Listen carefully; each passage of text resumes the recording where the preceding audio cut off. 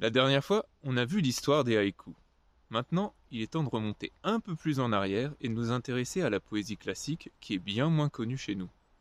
La poésie classique et ses différentes formes, c'est ce qu'on appelle le waka, c'est-à-dire littéralement la poésie japonaise, la poésie du Yamato, de l'ancien nom du Japon.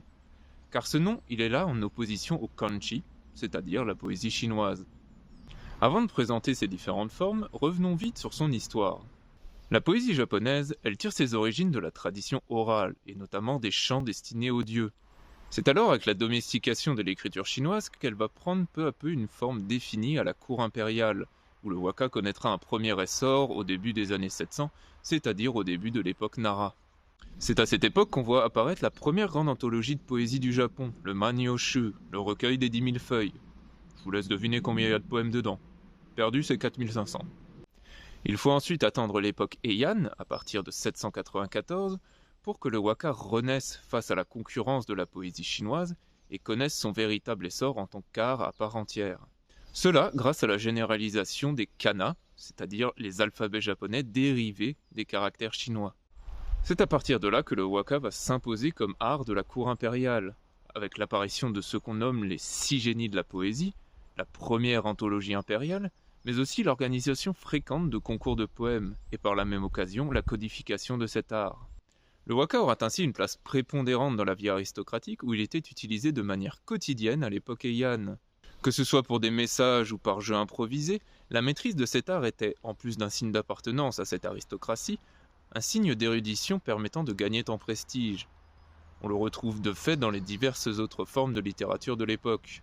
Nous parlons depuis avant de waka, la poésie japonaise, mais ce terme peut porter à confusion, car avec le temps, il en est venu à ne désigner qu'une seule de ces formes.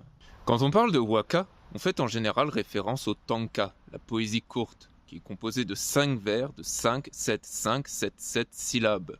C'est sa forme la plus commune. Qui dit poésie courte dit également poésie longue, le choka, qui lui est composé de vers de 5-7 syllabes, répétés à l'infini, et qui se termine sur un vers de 7 syllabes. Enfin, parlons du lenga, la poésie en chaîne, que nous avons déjà abordé dans les haïkus.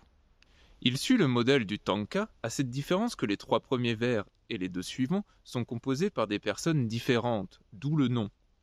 Ils peuvent être courts ou bien longs en répétant plusieurs fois cette formule. On trouve un courant plutôt comique, mais également un courant plus raffiné dans la veine du waka. C'est ce dernier qui proliférera à la cour. Le lenga va également se populariser comme un grand divertissement dans la seconde moitié de l'époque Kamakura, c'est-à-dire vers 1250, chez les guerriers, les moines et le reste du peuple. Le courant comique mènera ensuite au haikai à l'époque Muromachi.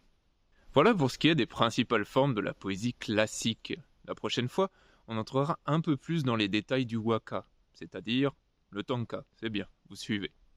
Salaba!